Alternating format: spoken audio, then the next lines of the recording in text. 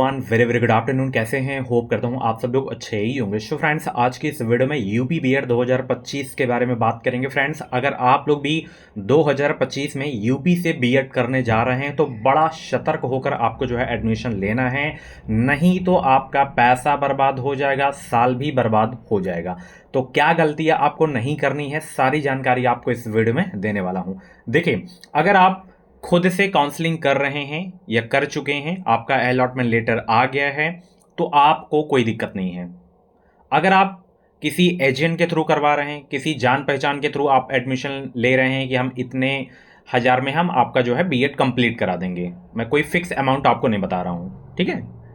कोई भी कह रहा है कि हम इतने में आपका जो है एडमिशन करा देंगे, तो क्या उसका प्रूफ होना चाहिए ताकि आपको इन फ्यूचर आपको प्रॉब्लम ना हो। क्योंकि 2 से 4 दिनों से बहुत सारे ये केस मेरे पास आ रहे हैं, बच्चों के साथ स्कैम हो रहा है। मैं सोचा कि इसकी वीडियो बनाऊं ताकि बच्चे जो है स्कैम से बच सकें, उनका पैसा बचे और उनका जो साल है बर्बाद ना हो। कुछ लोग ऐसे हैं भाई, वो पैसे के लिए बच्चों का जो है साल बर्बाद कर देते हैं। होता ये है, आप किसी के थ्रू एडमिशन ले रहे हो, ठीक है, और वो बोलेगा कि आपका एडमिशन हो गया है, और आपको भी लगेगा कि हाँ एडमिशन हो गया है हमारा, और बाद में जब आप 1 साल बाद पूछोगे कि हमारा एग्ज़ाम कब होगा, तो उनका तो फ़ोन बंद हो जाएगा। फिर आप कॉलेज में जाओगे, अगर वो कॉलेज का नाम भी उसमें लिख के दे दिया तो कॉलेज में जाओगे कि पता लगा कि आपका एडमिशन ही नहीं है। तो कौन सा वो लेटर होना चाहिए, कौन सा डॉक्यूमेंट आपके पास होना चाहिए ताकि आपको मालूम हो कि हमारा एडमिशन इस कॉलेज में है। तो देखिए, किसी एजेंट के थ्रू या किसी के भी थ्रू आप एडमिशन ले रहे हो तो आपकी काउंसलिंग होगी प्रॉपर। खुद से काउंसलिंग कर रहे हो तो कोई दिक्कत ही नहीं है। डायरेक्ट एडमिशन में क्या होता है, आप जिसके थ्रू करवाओगे तो काउंसलिंग वही करेगा और ओटीपी जाता है। तो सबसे बड़ा प्रूफ तो यही है, ओटीपी जाएगा, ठीक है, आपके रजिस्टर्ड मोबाइल नंबर पे। स्कोर कार्ड में जो नंबर लिखा रहता है, 2 नंबर रहते हैं, अल्टरनेटिव एक मेन आपका रहेगा, तो दोनों में से एक में जाएगा।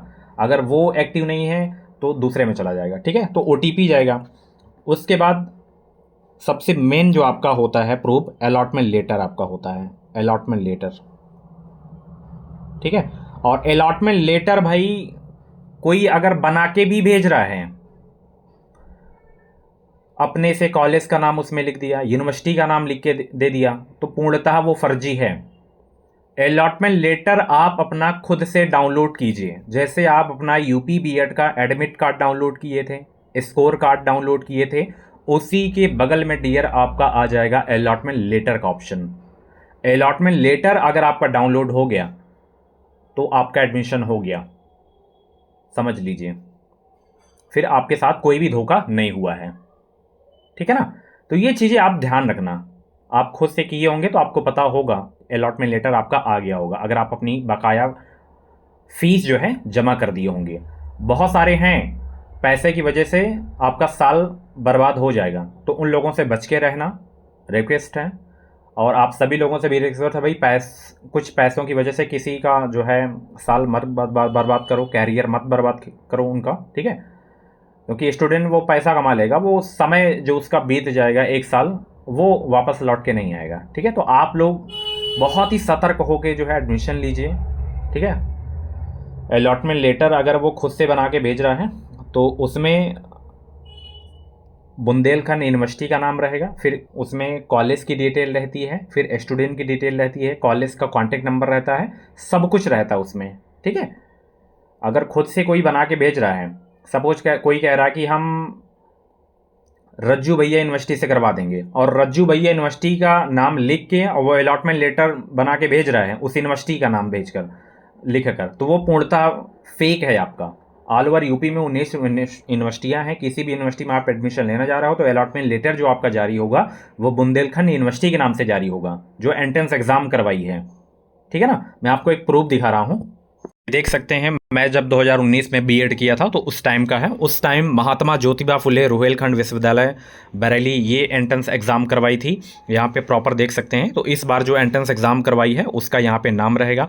जिस दिन आपकी काउंसलिंग होगी यहाँ पे डेट रहेगी, उत्तर प्रदेश का यहाँ पे लोगो रहेगा, ये रेफरेंस यहाँ पे देख सकते हैं, ये सारी चीज़ें रहेंगी, फॉर्म जिसकी तरफ से अलॉटमेंट लेटर जारी किया जाता है, और ये जिस भी कॉलेज में आपका एडमिशन होता है और उस कॉलेज का नाम यहाँ पे लिखा रहेगा। ठीक है, यहाँ पे इंग्लिश में लिखा रहता है। तो ये सारी चीज़ें होती हैं। जैसे मेरा इस ज़िले में एडमिशन हुआ था तो इस ज़िले का नाम यहाँ पे लिखा हुआ है। ठीक है, तो ये सारी चीज़ें होती हैं। बाकी नीचे जो है आपकी और डिटेल रहती हैं। नीचे कुछ इस तरीके का रहता है, बीच में जो है पर्सनल आपकी डिटेल रहती है, तो मैं उसे शो नहीं कर सकता क्योंकि वो मेरी पर्सनल डिटेल है। ठीक है, तो इस तरीके से होता है अलॉटमेंट लेटर भाई। ये अगर आपका जारी हो गया तो आप सेफ हैं, आपका सही जगह पे एडमिशन हुआ है। ठीक है, होप करता हूँ आपको सारी चीज़ें समझ में आ गई होंगी। इसके अलावा कुछ भी आपको डाउट है तो आप मुझसे डाउट अपना क्लियर कर सकते हैं। ये मेरा व्हाट्सएप नंबर है, आप कॉल कर सकते हैं, व्हाट्सएप मैसेज कर सकते हैं। आप हमसे मिलना चाहते हैं तो रामबाग प्रयागराज में हमारी ऑफिस है, आप मिल भी सकते हैं। आप कम फीस में बीएड करना चाहते हैं तो आप हमारे यहाँ एडमिशन भी ले सकते हैं। हमारे सारे कॉलेज एनसीटी से अप्रूव कॉलेज हैं।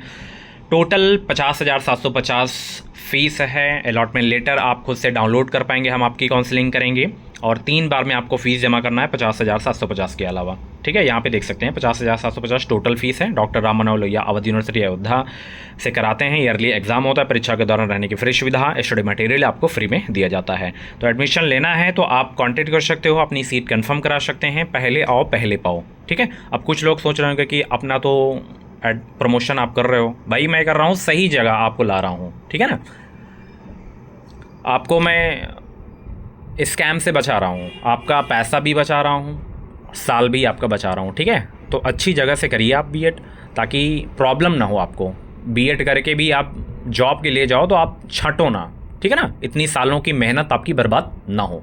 तो फटाफट दिए गए नंबर पे भाई कांटेक्ट करो, आपका एडमिशन करा दिया जाएगा। Thank you so much, bye bye, take care. एक वीडियो को लाइक ज़रूर कर देना आज। Thanks for watching.